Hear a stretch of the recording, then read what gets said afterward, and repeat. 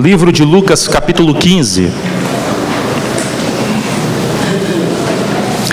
Eu me lembro que, eu não sei se foi a última vez, ou foi a penúltima vez que eu passei aqui na Central, mas nós falamos sobre Lucas capítulo 15. Inclusive está até gravado. A igreja grava as mensagens, se você procurar vai estar lá. Lucas capítulo 15. E nós vamos pregar novamente, mas numa outra direção. Nós vamos usar o mesmo versículo, mas nós vamos numa outra direção. Toda vez que você pega a palavra de Deus, você encontra tesouros assim preciosos. E nós vamos compartilhar alguns desses tesouros com vocês aqui nessa manhã. O que eu vou ler para vocês agora, Jesus estava vivendo aproximadamente 2 meses antes da crucifixão, mais ou menos. O que Jesus vai falar aqui é como se fossem quase que uma despedida, como se fosse uma despedida, como se fossem assim as suas quase últimas palavras. Jesus estava há 2 meses da crucifixão. Ele praticamente estava quase que já se direcionando para o caminho da cruz. E Jesus teve a oportunidade de pregar. Aqui pelo menos Jesus tratou sobre um assunto muito forte. Aqui está entre os 4 últimos sermões de Jesus, praticamente antes da crucifixão. O que eu vou ler para vocês agora é Lucas capítulo 15, e Jesus tratou sobre um tema. O tema de Jesus em Lucas capítulo 15, perdas. Porque não é fácil a gente conviver com perdas. Se você observar, Jesus vai num crescente. Lucas capítulo 15, ele fala sobre a ovelha perdida. Deixa eu ver se vocês lembram aí. Eram quantas ovelhas? Quantas ovelhas? Quantas das 100 se perderam? Equivale a quantos por cento? Quantos por cento aí? 1%.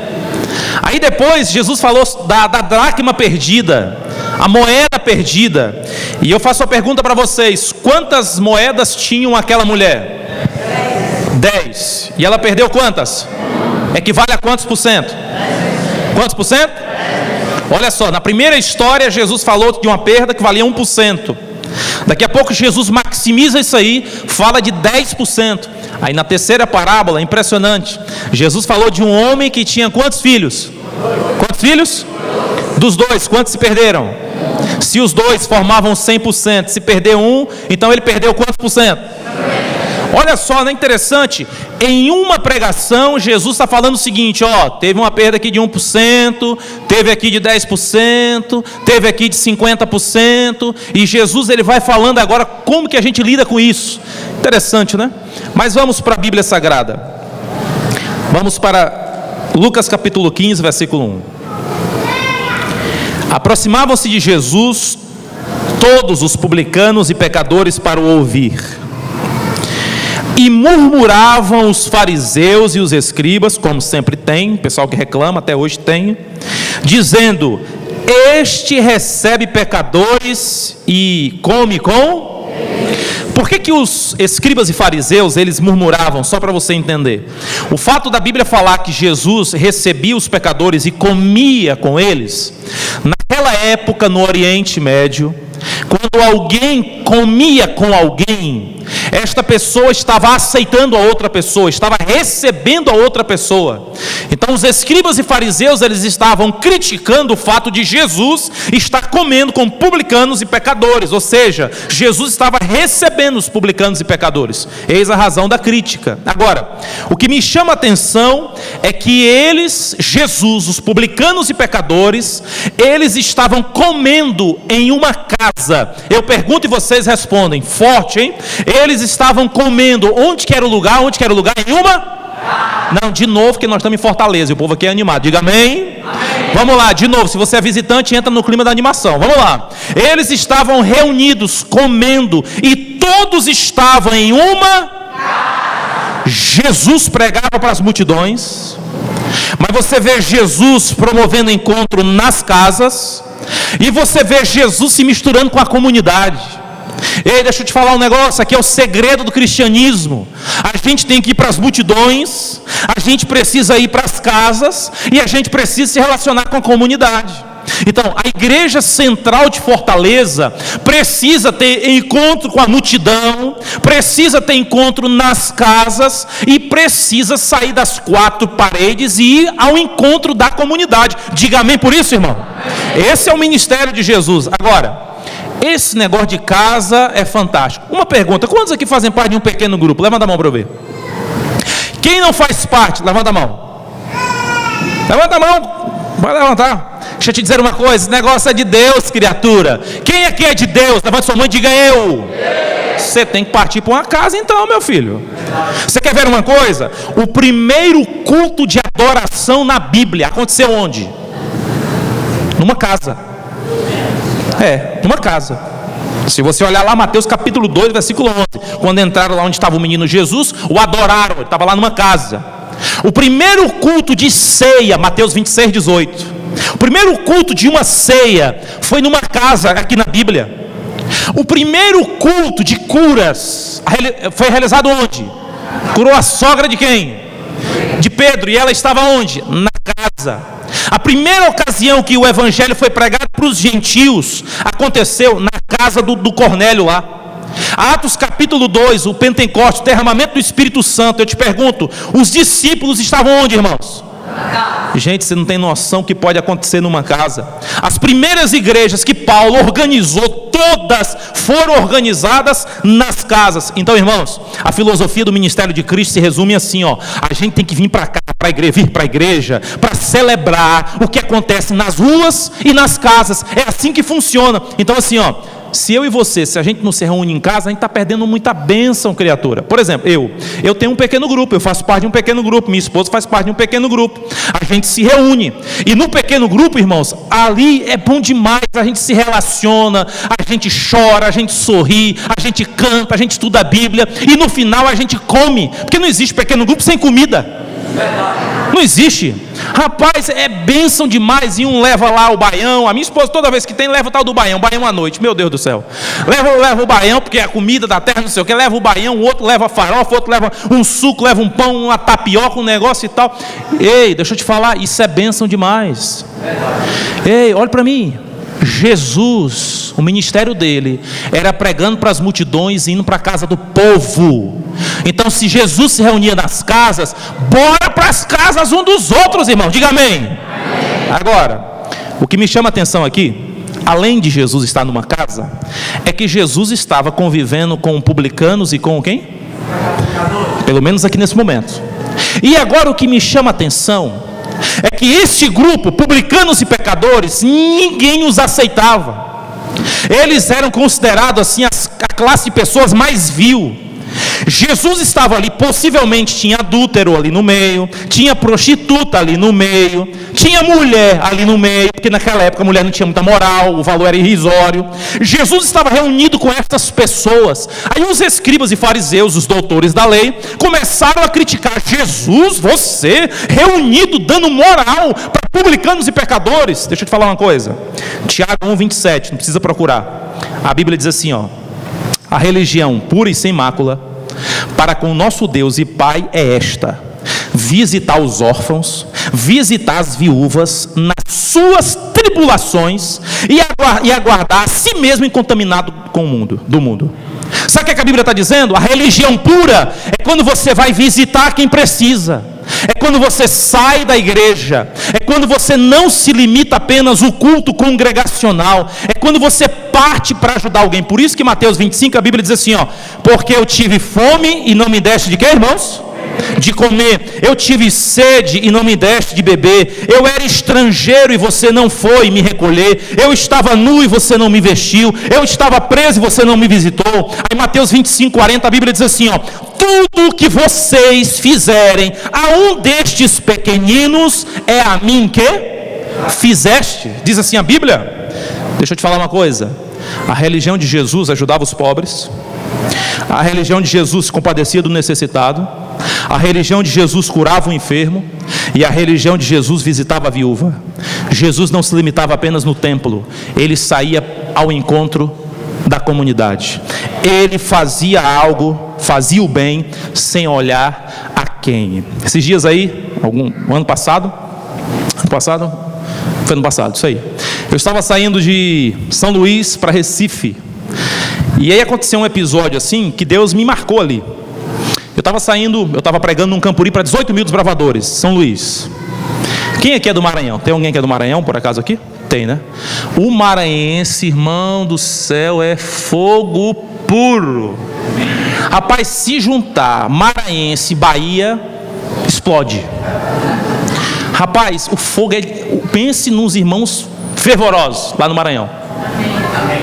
Aí eu fui para lá. Agora tu imagina dos fervorosos 18 mil adolescentes. Rapaz, sem brincadeira nenhuma, se passasse alguém sem saber o que estava acontecendo, pensava que era um manicômio. Rapaz, os meninos no campuri faltavam enlouquecer. Mas o povo de Deus, viu? Aí eu estava pregando lá. Só que eu tinha um encontro aqui em Recife. E eu estava pregando todas as manhãs no campuri, mas eu precisava vir para Recife, porque teria uma transmissão para todo o Nordeste. E eu precisava participar num sábado da transmissão e voltar domingo para continuar pregando lá. E aí eu falei com o pastor, rapaz, eu tenho que ir para lá e tal, como é que eu faço? Não, é um bate e volta. Prego de manhã, terminei de pregar, vou para Recife, amanheço lá, terminou, pego um voo de madrugada, volto de novo, desço no aeroporto, já vou com roupa de desbravador, ninguém vai entender do avião mesmo, mas eu já entro no campuri direto. Pronto. Tá bom. Tudo certo. Aí eu fui para o aeroporto atrasado. E já cheguei desesperado e tal, e já me deixaram.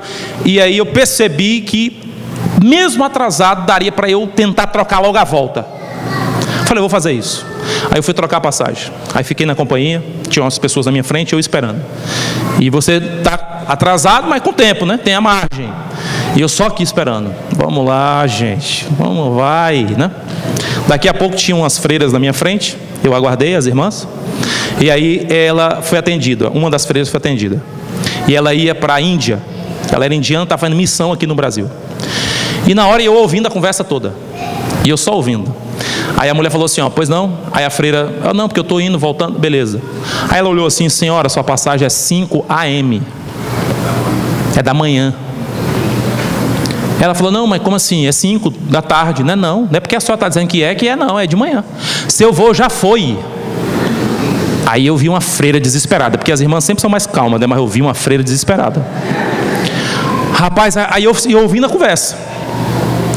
E a freira, pelo amor de Deus, me ajuda. Aí entrou a outra que falava melhor, não, e tal, e eu só ouvindo a confusão. Aí daqui a pouco Deus falou no meu coração. Porque a freira perguntou, e como é que eu vou?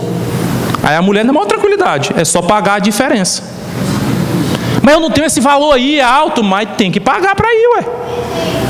Aí a freira, e agora, como é que eu vou pagar isso aí? Aí me veio no coração uma voz, paga a diferença da passagem da freira. Na hora eu pensei, isso deve ser o Satanás querendo me endividar. O inimigo quer me endividar. Sai daqui, Satanás. Me colocar na dívida. Me tira dessa. Fiquei espantado. Falei, não, mas Deus me conhece. Deus não vai me botar numa fria dessa aí, não, gente. Aí me veio aquele negócio, paga a passagem da freira. Eu falei, da freira? Eu vou pagar nada, gente. Chama um padre aí, meu irmão. Um bispo, sei lá. Pagar não. Fiquei na minha. Aí a freira saiu, o próximo foi eu. Aí eu cheguei, eu queria só trocar aqui, por gentileza, a passagem da volta e tal, etc. A mulher olhou e falou assim, tá bom, você pode trocar sem nenhum problema, mas lá na companhia certa, porque aqui é Gol, aqui a sua passagem é azul. Aí eu falei, é porque eu pensei que tinha parceria, alguma coisa parecida. Mas eu vi que o negócio é intriga mesmo, né? Cada um pro lado. Tá bom. Falei, valeu. Aí eu saí assim, eu falei, meu Deus, eu atrasado ainda vacilei, o que é que eu fui fazer ali? Aí veio a voz, paga a passagem da freira. Falei, não, gente, pelo amor de Deus, como é que paga sem ter dinheiro? Me fala aí, só para eu saber. Eu vou orar, plim, começar a contar notas, só se for. Aí sabe quando a gente vai barganhando com Deus, né? Eu vou lá pedir para trocar a passagem. Se não me cobrarem nada, que é difícil, aí eu volto lá e pago. Aí eu cheguei, pronto, Senhor, tá feito. Se não cobrar nada, eu volto lá e pago. Quero nem saber quanto é. Aí fiquei. Aí quando eu fui atendido, senhora, é o seguinte, a mulher já me interrompeu. Ó, senhor, eu queria lhe dizer que o seu voo vai atrasar. Aí eu falei, vai atrasar? Tá bom, não tem problema não. Seguinte, eu queria trocar uma passagem, eu queria saber o custo. Senhor, como o voo vai atrasar, nós vamos dar de graça. Eu falei, me fala quanto é que eu prefiro que vocês cobrem. Porque tem um acordo aqui. Como assim, senhor? Não, me fala quanto é que eu quero pagar. Não me dê de graça, não, que eu não mereço. Pelo amor de Deus, não é possível, senhor. Até nessa, mas você vê como é que Deus trabalha, né? Aí, troquei a passagem de volta de graça. Aí eu fiquei assim, rapaz. Senhor, eu não vou pagar, não. Vou não. Aí eu falei, quer saber, as freiras estavam assim de um lado, eu falei, eu vou logo pro outro lado, para tirar da cabeça, né? Aí fui tomar um sorvete. Tava nem com vontade de tomar sorvete, mas eu fui tomar. Tomar aqui um sorvete aqui. Não, um sorvete aí. Aí eu tô tomando sorvete e tal. Daqui a pouco vai se aproximando de mim, sabe quem? As freiras. Aí eu me invoquei logo, como diz aqui no Ceará, né? Peguei o sorvete, joguei fora assim, falei, irmã, cá. Irmã, qual é o seu problema aí? Como assim, meu filho? Não, só eu vi que a senhora está chorando. Qual é o problema aí? Ela falou, não, porque eu perdi o voo, eu estou sem dinheiro para voltar. Eu falei, beleza, eu sou a solução. Ela olhou assim, como? Eu falei, vem. Mas como assim? Não pergunta, não, senão eu desisto. Vem comigo aqui, pode vir. Aí eu cheguei, aí as irmãs assim, olhando assim, ó, vem atrás aqui. Rapaz, eu me senti assim, o filho do dono do mundo, ó. Cheguei aqui, peguei a fila lá. Pode vir aqui, irmã, se aproxima aí. A senhora ia para onde? Não, para a Índia e tal, não sei o que. A senhora vai. A senhora vai. Vem comigo aqui que a senhora vai. Cheguei lá. Senhora, quanto que é a diferença? X. Falei, vixi, isso tudo? Eu quase falava para ela, o que é que a senhora vai aqui no Brasil, gente? Fez missão lá na Índia? Falei, passa aqui no meu cartão aqui. A mulher, em quantas vezes? Aí eu falei para Deus, o senhor não quer, né? Em uma. Eu gosto de uma vez. E a freira olhando. Terminou, pá. Abracei, falei com elas aquele negócio. E elas sorrindo. Meu filho, eu não tenho como agradecer. E eu falei, eu não tenho como pagar. Tá tudo a um por outro. Não sei o que nós vamos fazer, né? Aí eu falei para ela assim, ó. Ela perguntou para mim, né? Quem é você? Rapaz, irmão, ficou aqui, ó. Me deu vontade de falar, sabe o quê? Eu sou a voz que clama no deserto. Mas eu não tinha essa moral. Quem é você? Aí eu falei, eu sou Rafael. Eu sou pastor da igreja adventista. E eu estava ali. E não pensa que eu paguei, que eu sou pastor, que eu tenho dinheiro, não, viu? Eu só paguei porque eu estava ali e Deus pediu para eu pagar. E se Deus pediu, eu estou pagando, não quero nem saber. Aí ela, que bênção e tal. Eu falei, que bênção e tal. Aí eu abracei, a gente ficou juntos ali e tal. Perguntei, a senhora, e hotel, a senhora vai ficar onde? Vamos resolver logo, tudo. Deixou tudo resolvido. Beleza, se despedimos e tal, fizemos uma foto, eu tenho até uma foto das irmãs. E aí, beleza. Aí ela ficou assim, pastor da igreja adventista, obrigado, Senhor. Foi embora. Maravilha, deu tudo certo. Uma semana depois, praticamente, eu tinha um acampamento nos Estados Unidos para ir. Os irmãos nos Estados Unidos, eles são assim, toda vez que a gente vai para lá, eles gostam de dar um presente. Eles são assim, eles gostam. Como é que funciona? É assim, pastor, o senhor vai receber aí $200, por exemplo, ou X, compra o que o senhor quer, aí depois dá para o líder da igreja, aí no sábado eu tenho que ficar com a maior cara lisa lá, se foi eu comprei. Aí eles me entregam. É assim, é porque eles gostam, é o carinho dos irmãos. Tá bom, eu já sei que funciona, eu vou reclamar dos irmãos? Deixa dar. Tá bom. Aí eu cheguei lá, preguei no acampamento. Pastor Jefferson, que cantou no Arautos, né? Aí preguei lá, e tinha várias igrejas presentes, e pregando, e aquele negócio, e o movimento, e o fogo descendo. Quando terminou, aí um batismo. Aí a gente decidiu, né? Então, vamos batizar aqui. Água gelada, batiza aqui. E o horário do voo internacional, eu falei, meu Deus do céu, se eu vou perder esse voo, mas se perder e ficar nos Estados Unidos, eu não faço questão. Então, no São Luís é que é, né? Recife, mas Estados Unidos, por mim, eu fico aqui. E vamos lá, gente, tal. Quando eu tô saindo, os irmãos nem me deram presente, né? E eu também nem liguei, meu negócio era voltar. Beleza. Quando eu tô saindo assim, os irmãos, pastor, espera aí, assim, perto da água, assim, Juntou-se um, pastor, espera aí. Pastor, nós queremos dar um presente para o senhor. Eu falei, tá bom, ué. Aí me deram um envelope com dinheiro, dólar. Aí eu me senti mal, porque não é comum, né? Porque imagina se alguém filma um negócio desse. Pregou e vai embora com dólar, né? Desse jeito eu quero ser ungido. Aí os irmãos me deram assim um envelope. Pastor, está aqui uma oferta que a gente reuniu aqui, os irmãos e tal. A gente queria dar para o senhor. Aí eu olhei para o pastor Jefferson, falei, aí ele, não, pastor, recebe, isso é o carinho dos irmãos. Se o senhor não der, eles vão ficar chateados. Aí eu falei, não, então é melhor eu chateado do que eles. Eu depois me perdoo. Eu falei, não, então beleza, Deus seja louvado e tal, etc. Aí quando eu estou saindo, outra igreja, pastor, espera um pouquinho que a nossa igreja quer dar uma oferta para o senhor e tal. Eu falei, vala, meu Deus. Aí eu estou esperando ali. Aí a outra, vai, fulano, corre, foi buscar o dinheiro. Peraí, pastor. Eu falei, não, a gente espera, irmão. Paguei por essa. Aí me deram outro envelope. Eu falei, vala, meu Deus, eu vou vir fazer uma semana, que num acampamento tem tanto envelope, eu vou marcar uma semana. Aí quando eu estou saindo, a outra igreja chegou, pastor, a gente quer dar uma ajuda para o senhor. Aí daqui a pouco eu estou saindo, uma mulher falou assim, pastor, está aqui o dinheiro. Eu falei, pelo amor de Deus, isso aí a senhora já está me comprando. Irmão, aí eu peguei os dólares, coloquei no envelope, coloquei na mochila, agradeci a todos e tal, ok, não é costume, fiquei constrangido, se o senhor não receber é pior, nós vamos ficar chateados. Falei, não, então vamos deixar todo mundo feliz, Deus sabe que eu quero deixar o povo feliz. Fui embora. Quando eu cheguei, nem contei, mas era dólar, eu tinha que trocar, né? Chegou no Brasil, eu fui contar 3 vezes mais o que eu dei para a feira uma semana atrás. 3. Deu para pagar a freira, paguei o cartão da freira lá, sobrou a minha parte, ainda sobrou outra. Irmão, toda vez que eu vou viajar e chego no aeroporto, eu procuro as freiras. Ei, é sério, Silas, quando eu chego no aeroporto, tem alguma freira aí, gente? Alguém tá, padre, alguém do ramo? Deixa eu te falar uma coisa. Ei, essa é a religião de Jesus. É você ajudar alguém sem ver quem é essa pessoa. É você se aproximar da comunidade, é você estar junto, é você estar abraçando. É assim que funciona. Então, Deus quer uma igreja que se reúna nos templos, Deus quer uma igreja que se reúna nas casas, e Deus quer uma igreja que vá ao encontro da comunidade. Irmãos, quantos aqui esperam um milagre de Deus em alguma área da sua vida? Levante sua mão e diga amém. Ei, olha para mim. Se você não receber o milagre, seja você o milagre na vida de alguém.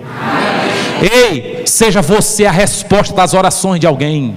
Seja você a resposta de Deus na vida de alguém. Sabe o que eu descobri? Que Deus poderia mandar querubins, serafins, levantar empresários, mas Deus usou, Deus me usou para ser a resposta da oração, da reza, da prece de uma freira. Então, irmãos, eu fiquei feliz, não é porque eu passei no cartão, ou porque Deus me deu 3 vezes mais, não foi por causa disso não, também um pouquinho claro, mas é o seguinte, o que me deu felicidade, assim ó, meu pai, Deus tinha tantas pessoas com muito mais recursos, com mais condições, Deus poderia ter dado uma promoção para aquela mulher, mas Deus me deu a honra de ser a resposta de Deus na vida de uma pessoa. Ei, irmão, Deus trouxe você aqui, é para você se reunir aqui no templo, louvado seja Deus, é para você ir para as casas, porque Jesus ia para as casas, mas é para você ir também ao encontro da comunidade. Ei, seja os braços estendidos de Jesus, seja o sorriso de Deus para a comunidade, ajude alguém, abençoe alguém. Esse aqui é o ministério de Jesus. Agora, interessante isso, e para finalizar, porque não é vigília, Lucas 15 diz que publicanos e pecadores estavam reunidos. Aí agora os escribas e fariseus criticam, e Jesus agora vai explicar o porquê que ele estava reunido com publicanos e pecadores. Aí ele conta 3 parábolas, não vou lê-las porque vocês já conhecem. Primeira parábola é da ovelha, o quê? É da ovelha. Todo mundo sabe que naquela época 100 ovelhas era um grande rebanho. O pastor, ele saía do local dele lá, do pasto, ia para o oásis, passava pelo deserto 3 a 4 quilômetros, todos os dias. Quando ele voltou, ele percebeu que das 100, quantas estavam perdidas? Uma. E Jesus faz uma pergunta retórica. Ele não quer obter a resposta, ele quer levar o público à reflexão. E Jesus fala assim, qual é o homem aí que se perder, por acaso, uma das 100, vai deixar as 99 e vai sair em busca da que se perdeu? Jesus queria levar o público à reflexão, porque o público sabia, rapaz, se eu tenho 100 ovelhas e eu vou perder uma, jamais eu vou deixar 99 e vou sair atrás da única ovelha que se perdeu, jamais. E Jesus ainda ampliou a ideia. Jesus falou assim, e tem detalhe, depois que o pastor encontrou a ovelha, o que é que ele fez com a ovelha? Vê se você lembra, sem a gente ler, o que é que ele fez? Colocou onde? Sabe o que era o normal naquela época? Era o pastor triste, chateado, porque ele passou o dia trabalhando, ele passou o dia na labuta, ele passou o dia ralando, esse era o trabalho dele. Ele está voltando para casa, ele está cansado, ele precisa pegar a sua força novamente, dar uma descansada, se recompor, junto à sua família. Ele não fez isso, que ele teve que voltar, porque aquela ovelhinha se perdeu. Ele poderia estar chateado com o seu cajado, tinha ali aquela curvinha assim, ele pegasse pelo pescoço assim, vem aqui, criatura, para que tu se perdeu, miserável, vem. Era o normal. Só que a Bíblia diz, sabe o quê? Para quebrar logo assim o paradigma dos escribas lá. Pois o pastor foi, deixou as 99, foi em busca da que se perdeu, e quando encontrou, ele não desceu o cajado, ele a colocou sobre os ombros, e ele exultou em abundante alegria. Amém por isso? O que é que Jesus queria dizer aqui? Nenhuma das pessoas que estavam ouvindo Jesus, teria coragem de se arriscar para salvar alguém. Mas Jesus queria falar assim, Deus se arriscou. Porque Jesus queria ensinar o seguinte, o amor de Deus é algo que humanamente é incompreensível. A gente não consegue compreender. Por isso que a Bíblia diz assim, porque Deus de tal que para que mas tenha. Gente, que outra lição Jesus queria falar aqui? Para o público de Jesus era comum um pastor chateado pegar o cajado, e aquela curvinha engancha ali e vai arrastando a ovelha. Mas o pastor a colocou nos ombros, porque Deus não tem prazer na morte do ímpio. Aliás, a Bíblia diz que o desejo de Deus é que ninguém aqui pereça, mas que todo mundo aqui alcance a vida. E deixa eu te falar uma coisa, pastor, mas uma única ovelha se perdeu, e Jesus fez questão de enfatizar a ida do pastor. Meu amigo, você quer saber quanto é que vale uma pessoa para Deus? Então vamos lá. Quer saber quanto é que vale um ser humano para Deus? Vá ao Getsemane. Olhe Jesus em agonia, Jesus suando sangue. Você quer saber quanto é que vale um ser humano para Deus? Então tá bom, ouça o teu mestre falando assim, Deus meu, por que me desamparaste? Você quer saber quanto é que vale um ser humano para Deus? Então olhe a fronte ferida, olhe o lado traspassado, olhe os pés perfurados. Você quer saber quanto vale um ser humano para Deus? Observe que Jesus deu a sua vida por um único pecador, para nossa salvação, irmãos. O céu esteve em jogo. Se você quiser saber quanto um ser humano vale para Deus, calcule tudo isso que eu lhe falei, que ainda você não vai conseguir resolver. Verdade. E nem saber. Verdade. Quando eu olho aqui para a Bíblia, eu entendo que não existe nada que você consiga fazer que diminua 1% do amor que Deus sente por você. Verdade. Não importa se você conhece alguém da sua família que já matou alguém, que já fez algo absurdo. Deixa eu te falar uma coisa. Gênesis 1, versículo 2. Versículo 1, a Bíblia diz assim, no princípio criou Deus o quê? A terra, porém, estava sem. E o quê? Mas quem parava sobre ela? Estava sem forma e vazia. Se a terra estava sem forma e vazia, o Espírito Santo parava sobre ela, imagina o ser humano. Ele pode estar sem forma, totalmente vazio de Deus. Ele pode ter nada de Deus no coração, mas Deus não o abandona. Amém por isso? Agora, versículo 8. Essa nós vamos ler para finalizar.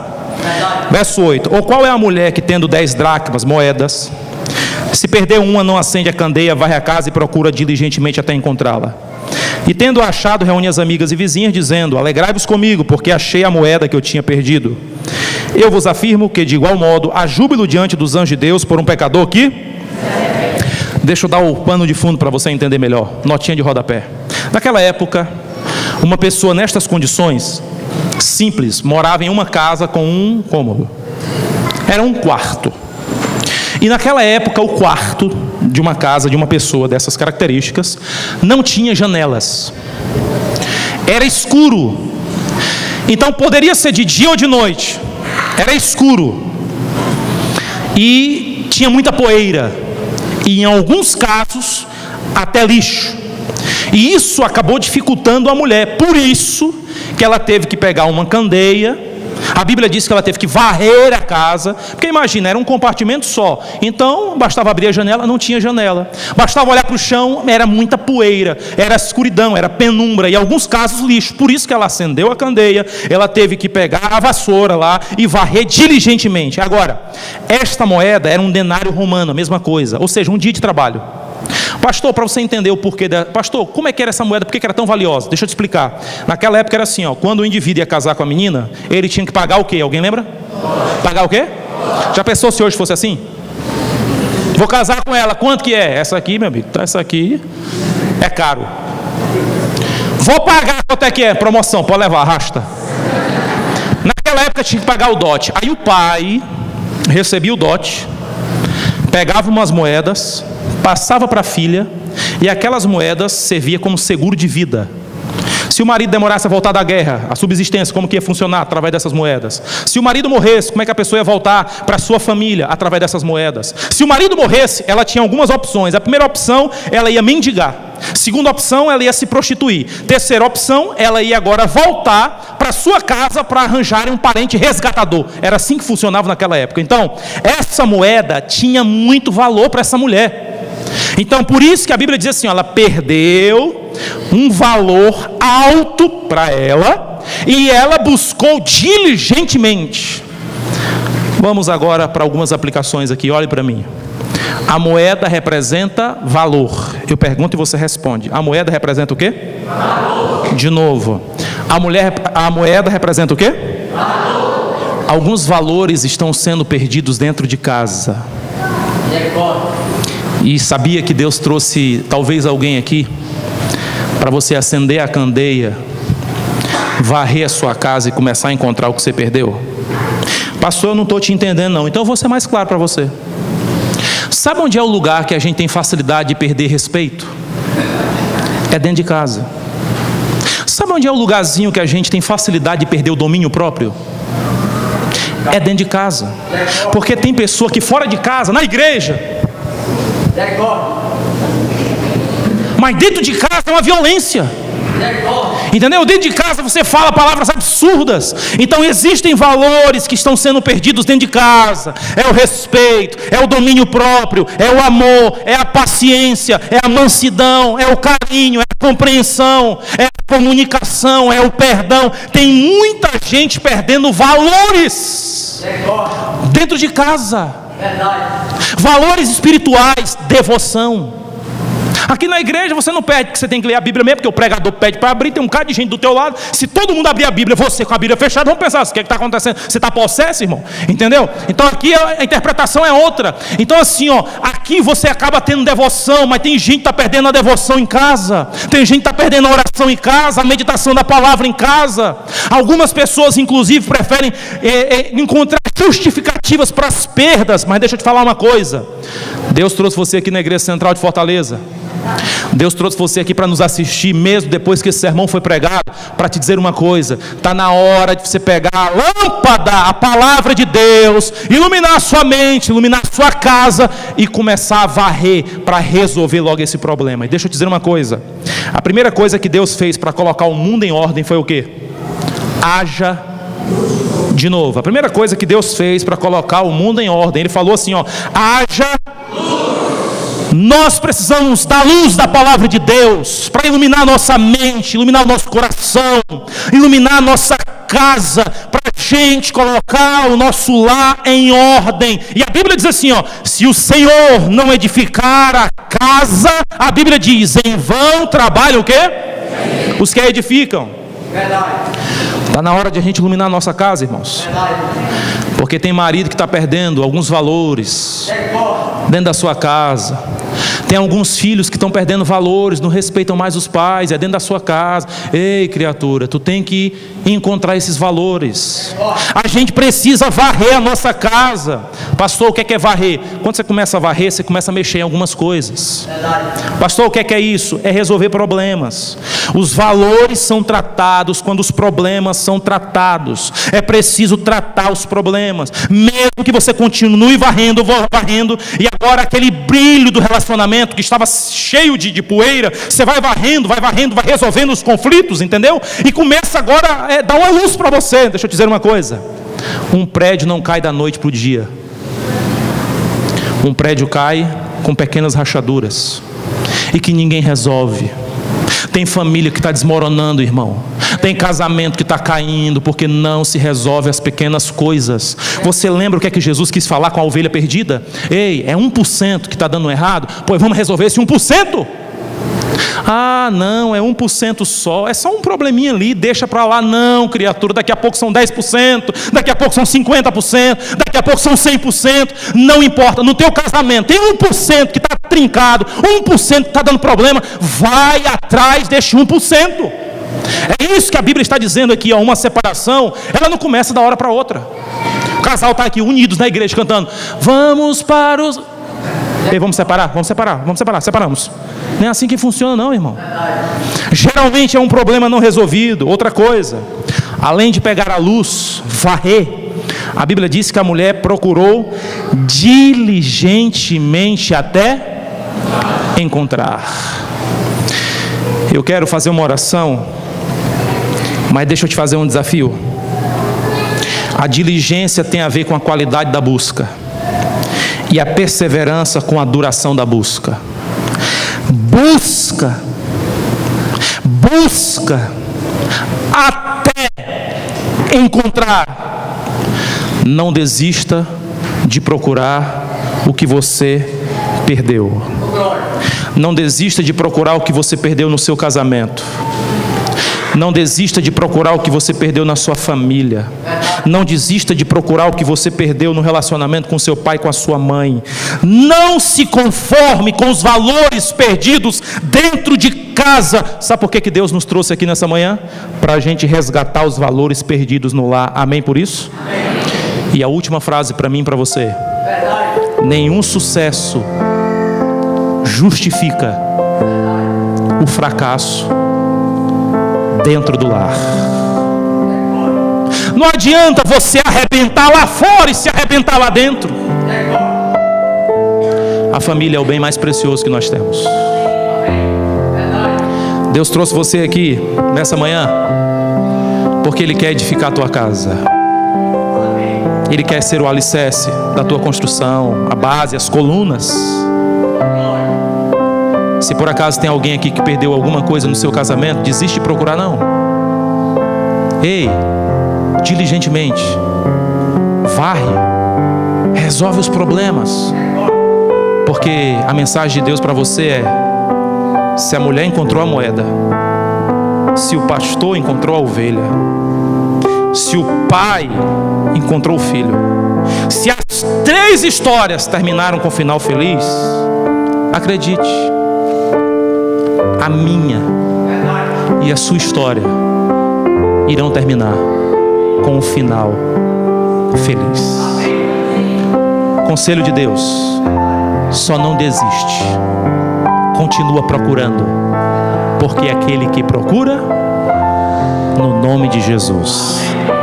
Quantos gostariam de dizer assim: Deus, na minha família, na minha casa, eu vou colocar a luz da palavra de Deus. Na minha família, na minha casa, eu vou resolver o que tem para resolver.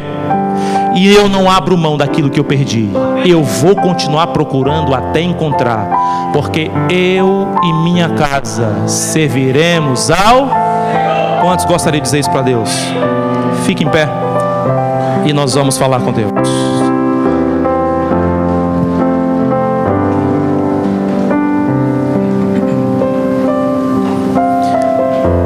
Grande Deus, Obrigado, Senhor, pelas tuas bênçãos. Obrigado porque até aqui o Senhor tem nos ajudado. Nós queremos neste momento, Pai, colocar o nosso casamento em tuas mãos, os nossos filhos, os nossos pais. Nós queremos, Deus, colocar nossa família em tuas mãos. É possível, Deus, que tenha alguém aqui nesta manhã que sabe que perdeu alguns valores dentro de casa. Talvez tenha alguém que está nos assistindo pela internet que perdeu alguns valores dentro de casa. Portanto, Pai, nós queremos a luz da Tua Palavra iluminar nossa mente, o nosso coração, os nossos relacionamentos. Nós queremos resolver aquilo que precisa ser resolvido. E pela Tua infinita graça, nós queremos ter o privilégio de resgatar todos os valores perdidos. Portanto, Pai, em nome de Jesus, abençoe cada família aqui presente. Abençoe, Deus, cada família que nos assiste agora através da internet. Que a Tua bênção nos acompanhe todos os dias da nossa vida. Nós te pedimos hoje e para todo sempre, em nome de Jesus.